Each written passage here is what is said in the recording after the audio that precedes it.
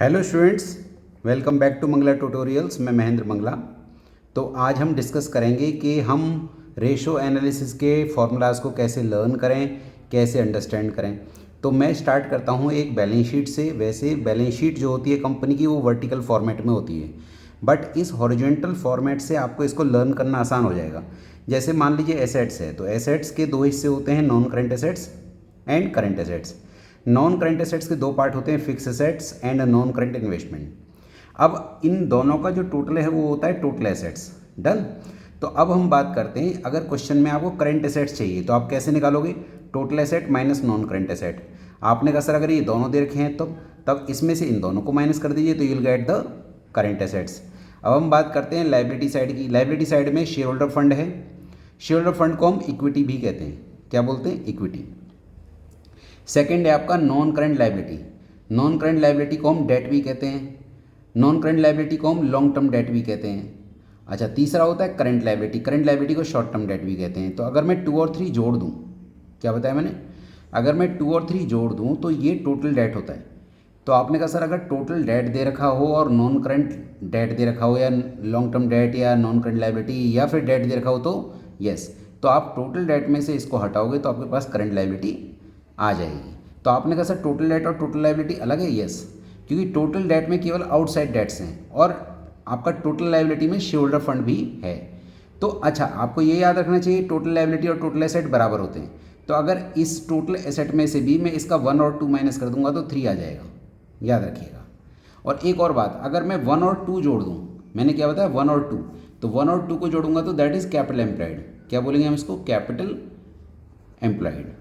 तो हम इसको कैपिटल एम्प्लॉयड बोलेंगे, ठीक है, अगर मैं 1 और 2 को जोड़ दूँ। तो इस तरीके से आप इनके फॉर्मूलाज को लर्न कर सकते हैं। तो मैं कुछ क्वेश्चंस आपको करके दिखाता हूँ। तो इस वीडियो में मैं आपको लिक्विडिटी रेशो के कुछ इंपॉर्टेंट क्वेश्चंस हैं वो डिस्कस करूँगा, ठीक है।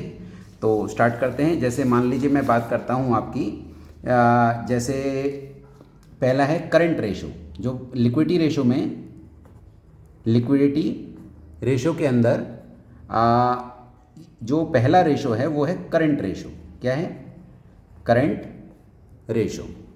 तो जो करंट रेशो है, करंट रेशो का फॉर्मूला आता है current asset upon current liability. इसका आइडियल रेशो है 2:1। डन। फॉर्मूला आपको पता होगा। अब जैसे मान लीजिए क्वेश्चन मैं ले लेता हूँ, ये आपका क्वेश्चन नंबर 4 है। क्वेश्चन नंबर 4 है आपका डी के गोयल से। डी के गोयल से क्वेश्चन नंबर 4 है आपका आईएससी में। तो ये क्वेश्चन मैं ले रहा हूँ। यहाँ पे आपको क्या गिवन है? यहाँ पे गिवन है आपको टोटल एसेट्स। टोटल एसेट्स आपको गिवन है 12 लाख, ठीक। और आपको गिवन है लैंड एंड बिल्डिंग गिवन है 6 लाख का। आपका मशीनरी गिवन है, मशीनरी गिवन है 1 लाख का। आपका नॉन करंट इन्वेस्टमेंट गिवन है, नॉन करंट इन्वेस्टमेंट भी आपको गिवन है, ये गिवन है आपका 1,40,000 का। इसके अलावा आपको गिवन है share holder fund. Share holder fund आपको गिवन है, दैट इज़ 8,50,000। और आपको नॉन करंट लाइबिलिटी गिवन है, नॉन करंट लाइबिलिटी, ये गिवन है 1,10,000। तो पहला स्टेप है, आप फॉर्मूला लिख लीजिए। फॉर्मूला क्या है आपका? Current asset upon current liability. वो मैंने ऑलरेडी लिखा हुआ है। तो मुझे करंट एसेट चाहिए, तो करंट एसेट कैसे निकालूंगा? मेरे पास टोटल एसेट है, टोटल एसेट। तो टोटल एसेट में से मैं क्या माइनस कर दूं? मैंने अभी आपको एक बैलेंस शीट बताई थी। आप ये बैलेंस शीट जो मैंने अभी बताई थी आप देख सकते हैं इस बैलेंस शीट में। इस बैलेंस शीट में अगर मैं टोटल एसेट में से फिक्स एसेट्स और नॉन करंट इन्वेस्टमेंट हटा दूंगा तो करंट एसेट आ जाएगी। तो मैंने क्या करना है, इसमें से टोटल एसेट में से आपका लैंड एंड बिल्डिंग माइनस कर देना है, लैंड एंड बिल्डिंग माइनस कर देना है, मशीनरी माइनस कर देना है, और आपका नॉन करंट इन्वेस्टमेंट भी माइनस करना है, नॉन करंट इन्वेस्टमेंट भी माइनस करना है, ठीक है। तो अगर मैं इसमें से नॉन करंट इन्वेस्टमेंट भी माइनस कर दूंगा तो क्या होगा? और टोटल एसेट कितना है आपका? टोटल एसेट है आपका 12 lakh, minus land and building कितना हो गया? 6 लाख, माइनस 1 लाख, माइनस 1,40,000। तो आप चेक कर सकते हैं कितना आ जाएगा आपका। 6 लाख रह गया, 5 लाख रह गया, 4 लाख, 3,60,000। 3,60,000 क्या आ गया आपका? ये आ गया करंट एसेट। अब आपने कहा सर करंट लाइबिलिटी बताइए, करंट लाइबिलिटी कितना आएगा? करंट लाइबिलिटी कैसे निकालोगे? देखो टोटल एसेट दे रखा है, तो टोटल एसेट को आप टोटल लायबिलिटी मान लीजिए। तो टोटल एसेट में से अगर मैं क्या माइनस कर दूँ, आपका एक तो शेयर होल्डर फंड माइनस कर दूँ, शेयर होल्डर फंड, और साथ में नॉन करंट इन्वेस्टमेंट माइनस कर दूँ, नॉन करंट इन्वेस्टमेंट माइनस कर दूँ, तो क्या होगा देखिए। आपने कहा सर एक बार फिर बताइए। देखिए जैसे मैंने अभी आपको ये बताया था कि आपका टोटल एसेट और टोटल लायबिलिटी क्या होता है, बराबर होता है, ये बराबर होता है। तो अगर मैं इसमें से भी पहला और दूसरा, फर्स्ट एंड सेकंड माइनस कर दूंगा तो थर्ड आ जाएगा। तो यहाँ पे आप देख सकते हैं, तो टोटल एसेट आपका 12 लाख है, 12 लाख में से आपने शेयर होल्डर फंड माइनस कर दिया, दैट इज़ 8,50,000, और आपने 1,10,000 भी माइनस कर दिया, तो कितना आएगा देखो, ये 9,09,60 हो गए। तो 960 हो गया तो ये 240 आ जाएगा। क्या आ जाएगा, 240। तो 240 हमारी करंट लायबिलिटी हो गया। तो मैं इस पर अगर वैल्यू पुट करता हूँ तो क्या होगा बताइए। अगर वैल्यू पुट करता हूँ तो that will be 3,60,000 divide by 2,40,000, तो 3/2 it comes 1.5:1। Understood I think, ये मैंने आपको समझाया, ठीक है। अब मैं आपसे एक और क्वेश्चन जैसे डिस्कस करता हूँ। इसमें आप क्वेश्चन आता है, जैसे हम कहते हैं कि इम्प्रूव, रिड्यूस या नो चेंज। जैसे मान लो क्वेश्चन में क्वेश्चन नंबर 5 आपको गिवन है, क्वेश्चन नंबर 5 ये गिवन है आपको, करंट रेशो गिवन है। क्या गिवन है बोलिए, करंट रेशो। एग्जाम में काफ़ी आता है, करंट रेशो गिवन है 2:1, और आपको बताना है कंडीशन। ट्रांजेक्शन क्या है, ट्रांजेक्शन है purchase of goods on credit, purchase of goods on credit. अब आपको ये बताना है कि इस ट्रांजेक्शन के बाद रेशो इंप्रूव होगा, रिड्यूस होगा या नो चेंज। तो हमें लेट करना पड़ेगा, let current asset be 2 lakh. आपने कहा सर 2 लाख ही लेना हर बार, नहीं, आपकी मर्जी है। आप 1 लाख लोगे तो ये 50,000 लोगे, मतलब जितना ये लोगे उसका आधा वो करोगे। तो अगर करंट एसेट 2 लाख लिया है तो करंट लायबिलिटी कितना ले लूँगा, 1 लाख, बिल्कुल सही। अब आपने कहा कि purchase of goods on credit, तो हमें बताया नहीं कि कितने का गुड खरीदा। तो मान लो आप, लेट अस अज्यूम 50,000 रुपीज़ मान लो, लेट ये आपने 50,000 मान लिया। तो अब क्या होगा कि आपका जो एक करंट एसेट 2 लाख है, इसमें आपने परचेज कराया गुड्स, तो गुड्स खरीदने से 50,000 ऊपर ऐड हो जाएगा क्योंकि स्टॉक बढ़ गया, और नीचे आपकी जो करंट लायबिलिटी है वो भी 50,000 से बढ़ जाएगी क्योंकि आपके क्रेडिटर्स बढ़ गए, क्योंकि आपने उधार खरीदा है।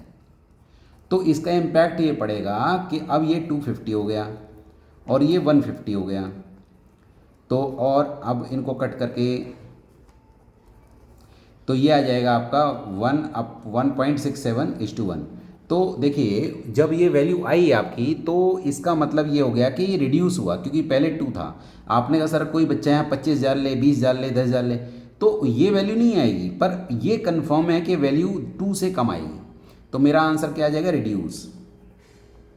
मतलब इस ट्रांजेक्शन से ये जो करंट रेशो है वो रिड्यूस हो जाएगा। तो इस टाइप के क्वेश्चंस भी पूछे जाते हैं।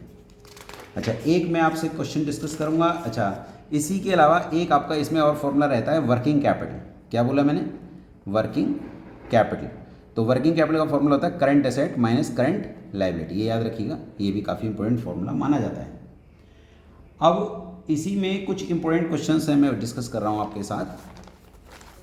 जैसे मान लेते हैं हम ये क्वेश्चन, यहाँ पे आपका ये है आपका क्वेश्चन नंबर, मैं बात कर रहा हूँ, हाँ ये है क्वेश्चन नंबर 15 है। इसमें क्वेश्चन नंबर 15 का सी पार्ट है।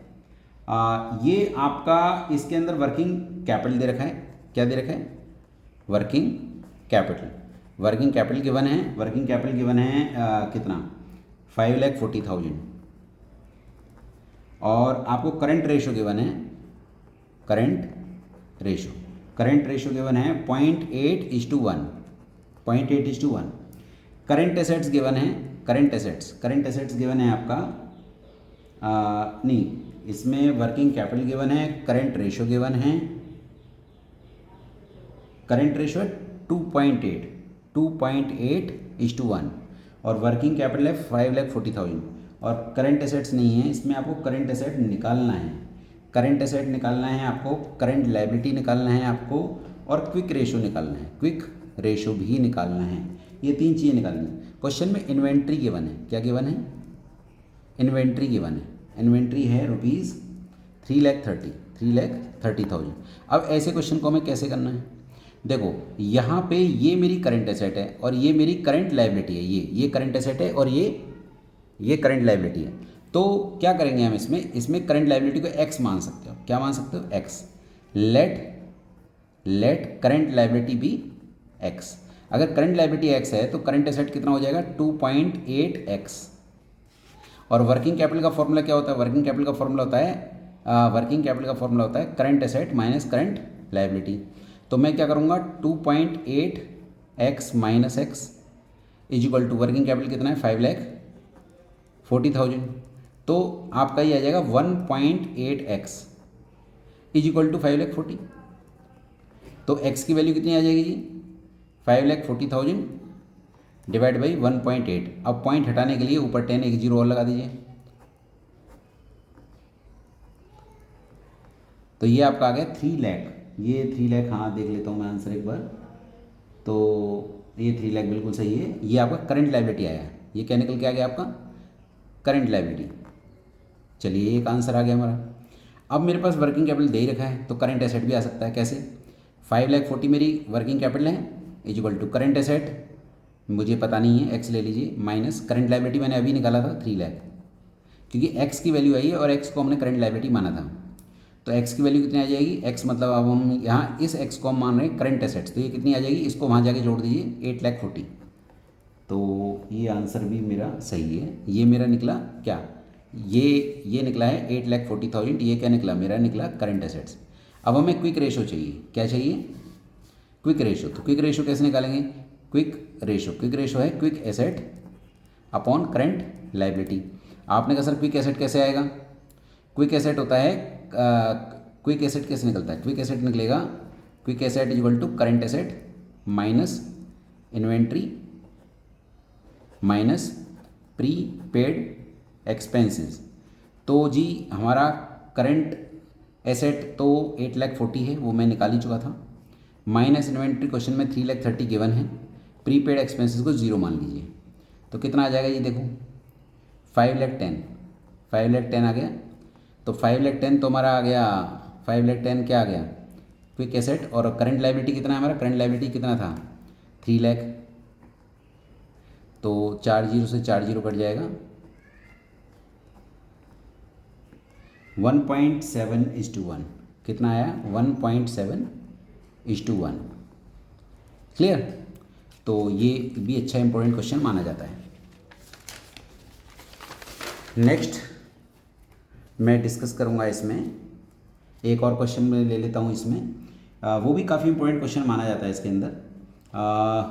ये हम ले लेते हैं जिसके अंदर आपको करंट रेशो और क्विक रेशो दोनों दे रखा है और इन्वेंट्री दे रखा है। ठीक है, ये अच्छा क्वेश्चन है, ये बोर्ड के लिए भी काफ़ी इंपॉर्टेंट माना जाता है। क्वेश्चन नंबर 20 में ये लेके चल रहा हूँ। इस क्वेश्चन में आपको करंट रेशो दे रखा है, करंट रेशो दे रखा है 4.5:1 और आपका क्विक रेशो भी दे रखा है, क्विक रेशो दे रखा है 3:1 और इन्वेंट्री दे रखा है, इन्वेंट्री दे रखा है 72,000 रुपीज़। डन। और मुझे निकालना है करंट एसेट निकालना है, मुझे इसके अलावा करंट लायबिलिटी निकालना है। ठीक है, ये मुझे निकालना है। तो इसमें ये करंट एसेट है और ये करंट लायबिलिटी है, ये क्विक एसेट है, ये करंट लायबिलिटी है, तो इधर की तरफ करंट लायबिलिटी है, तो let current liability be X. अगर करंट लायबिलिटी को एक्स मान लेंगे तो करंट एसेट कितना हो जाएगा जी? 4.5x और फिर क्विक एसेट कितना हो जाएगा? 3x। ठीक है, तो मैं क्या करूँगा अब कि मुझे इन्वेंट्री दे रखा है, इन्वेंट्री का एक फॉर्मूला होता है जी, इन्वेंट्री का एक फॉर्मूला होता है current asset minus quick asset. तो इन्वेंट्री आपको दे रखी है 72,000, तो 72,000 is equal to what is current asset here? 4.5x minus 3x, तो कितना आ जाएगा? 1.5x is equal to 72,000। तो अब x की वैल्यू कितनी आ जाएगी? 72,000 डिवाइड बाई 15 लेंगे और एक जीरो यहाँ बढ़ा देंगे, तो यहाँ पे x की वैल्यू निकल के आएगी और x हमने क्या लिया? करंट लायबिलिटी, तो करंट लायबिलिटी आ जाएगी ₹48,000। तो ये मेरे पास क्या निकल के आ गया यहाँ पे? ये निकला मेरे पास करंट लायबिलिटी, अब मुझे क्या चाहिए, करंट एसेट चाहिए। तो ये फॉर्मूले में लगा दीजिए, हमारा रेशो है 4.5/1 is equal to current asset को एक्स मान लीजिए, current asset upon current liability 48,000। तो क्रॉस मल्टीप्लाई अगर आप करोगे तो एक्स की वैल्यू कितनी आ जाएगी, 4.5 इंटू 48,000, तो ये आ जाएगा ₹2,16,000।